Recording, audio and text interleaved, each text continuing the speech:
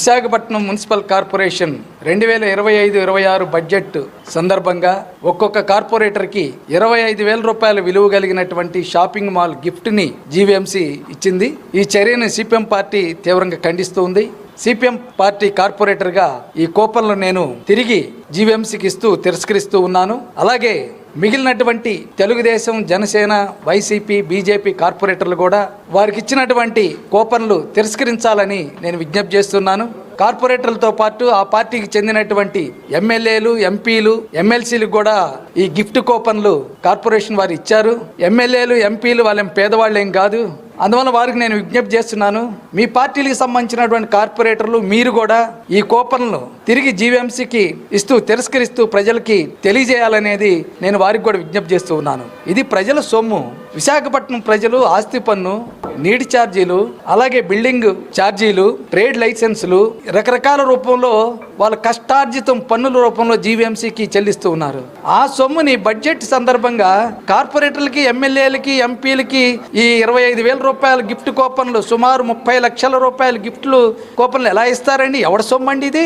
ఎవరి సొమ్మని నేను అడుగుతూ ఉన్నాను. తీసుకోవడానికి మనకెక్కడ అధికారం ఉంది, ఇవ్వడానికి వాళ్ళకి ఎక్కడ అధికారం ఉందని నేను అడుగుతూ ఉన్నాను. ఏమి నైతికత ఇందులో? అందువల్ల అన్ని పార్టీలు వాళ్ళు ఈ కూపన్ల సంస్కృతిని తిరస్కరించాలని సిపిఎం పార్టీకి మేము విజ్ఞప్తి చేస్తూ ఉన్నాను. 30 లక్షల రూపాయలు ఈ కూపన్లతోటి సిఎంఆర్ షాపింగ్ మాల్లో బట్టలు, వెండి, బంగారం కూడా కొనుక్కోవచ్చు అంట.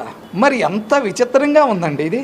అలాగే అధ్యయన యాత్రల పేరు మీద ప్రతి సంవత్సరం విహారయాత్రలు కూడా పంపిస్తున్నారు. కార్పొరేటర్లని కోట్ల రూపాయలు ఖర్చు పెట్టేస్తున్నారు. 3 సార్లు వెళ్ళారు ఈ 3 ఏళ్లలో. మరి ఒక్క అధ్యయనం ఏం చేశారా నేను అడుగుతూ ఉన్నాను.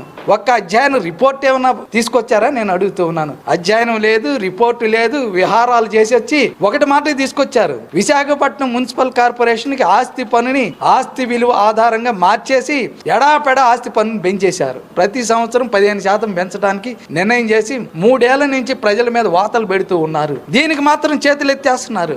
కూపన్లు తీసుకోవటం, విహారయాత్రలకి వెళ్ళటం, ఆస్తి పన్ను పెంచడం, నీటి ఛార్జీలు పెంచడం, బిల్డింగ్ ఛార్జీలు పెంచడం, వృత్తి పన్నులు పెంచడం, ప్రజల మీద ఎడాపెడా భారాలు వేయిస్తూ ఈ పనులకు మాత్రం చేతులు ఎత్తేస్తున్నారు కౌన్సిల్లో. అందుకోసం ఈ కూపన్లన్నీ ఇప్పుడు బడ్జెట్ ప్రవేశపెట్టారు. ఈ బడ్జెట్ లో ఆమోదించడం కోసం ఈ యొక్క కూపన్లు ఎరేయటం. బడ్జెట్ లో కేటాయింపులన్నీ కూడా సంపన్నులు ఉపయోగపడేటటువంటి సంపన్నులు ఇళ్ల దగ్గర పెద్ద పెద్ద రోడ్లు వేయటానికి, వాళ్ళకి అనేక మంచి మంచి లైట్లు వేయటానికి, వాళ్ళకు ఉపయోగపడేటటువంటి ఖర్చు ఎక్కువగా ఉంది. పేదవాళ్ళు, కొండవాళ్ళ ప్రాంతాలు, విలీన ప్రాంతాలు, ప్రజలకు మౌలిక సదుపాయాలు, మంచినీళ్లు, ప్రజా ఉండేటటువంటి ప్రాంతాలు, వీధి లైట్లు, పారిశుద్ధ్యం, విద్య, వైద్యం, వీటికి మాత్రం ఏమి లేదు.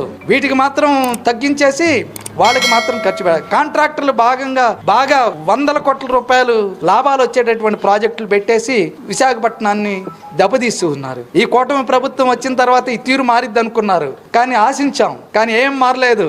ఈ విధానాలను ఇంకా వేగంగా చేస్తున్నారు. విచిత్రం ఒక విషయం చెప్తాను మీకు. ఇప్పుడు వృత్తి పన్ను ఉంది. మున్సిపల్ కార్పొరేషన్ కి ఏడాదికి 60 కోట్లు వస్తుంది. మార్చి 5వ తారీఖున చంద్రబాబు నాయుడు ఒక జీవో తీసుకొచ్చి విశాఖపట్నం, విజయవాడ మున్సిపల్ కార్పొరేషన్ వృత్తి పన్ను రాష్ట్ర ఖజానా తీసుకెళ్లారు. ఎవరి డబ్బు అండి? మన డబ్బు.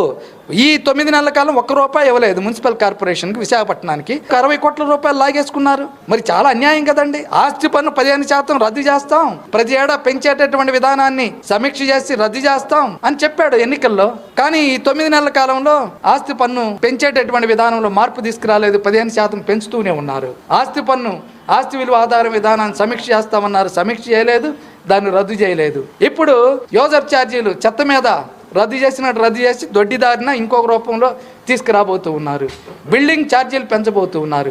విశాఖపట్నంలో రోడ్లని 240 కిలోమీటర్ల పొడుగుండే 40 అడుగుల విస్తీర్ణం ఉండే రోడ్లన్నిటిని ప్రైవేట్ వాళ్ళకి ఇవ్వబోతూ ఉన్నారు. అలాగే విశాఖపట్నంలో ఉండే మంచినీటి వ్యవస్థను ప్రైవేట్ వాళ్ళకి ఇవ్వబోతున్నారు. లూలు మాల్కి విశాఖపట్నంలో 14 ఎకరాల భూమి 1,500 కోట్ల విలువ కలిగినటువంటి దాన్ని ఈరోజు లూలు మాల్కి ఇచ్చేశారు. 99 ఏళ్ల పాటు లీజు కంట. ఏడాదికి ఎంత ఇస్తాడు? 3 కోట్లు ఇస్తాడంట. దాని విలువ ఎంత? 1,500 కోట్ల రూపాయలు. ఒక ప్రైవేటు వాడికి ఎలా దారాదత్తం చేస్తారు? దాని సైన్స్ మ్యూజియమో, సైన్స్ పార్క్ కానీ ప్రజలకు ఉపయోగించాలి. బీచ్ పక్కన ఉన్నది. ఓ ప్రైవేట్ వాడి లాభాల కోసం దీన్ని అభివృద్ధి P4 అంట, public private people participation. P4 పేరు మీద విశాఖపట్నం ఆస్తులన్నీ ప్రైవేట్ వాళ్ళకి ఇచ్చేస్తున్నారు. పార్కులు, కళ్యాణ మండపాలు, ఖాళీ స్థలాలు, ఇండోర్ స్టేడియంలు, క్రీడా మైదానాలు, ఖాళీ స్థలాలు, స్టాఫ్ క్వార్టర్స్ అన్ని కూడా గుండుగుట్టుగా విశాఖపట్నంలో ఉండే వాళ్ళు ప్రైవేట్ వాళ్ళకి ఇస్తున్నారు P పేరు మీద. ఇదే రాష్ట్ర ప్రభుత్వం. అందుకోసం ఈ కూపన్లు అనే కొత్త ప్రభుత్వం వచ్చిన తర్వాత పెంచేసింది కొంచెం. కూపన్లు అనేటువంటి పెంచి అన్ని రకాలైనటువంటి తీసుకోవాలని ఇస్తున్నారు. ఇది సిగ్గు, తలదించుకోవాలి ఈ రాష్ట్ర ప్రభుత్వం. అందువలన ఈ యొక్క కోపాల సంస్కృతికి చేసి ప్రజలకి మీద భారాలు వేసేటటువంటి విధానాన్ని, మీ తప్పుడు విధానాన్ని విడనాడండి. లేకపోతే ప్రజలు తీవ్రమైనటువంటి వాళ్ళ నుండి ఎదుర్కోవాల్సి వస్తుందని కూడా నేను హెచ్చరిక తెలియజేస్తూ ఉన్నాను.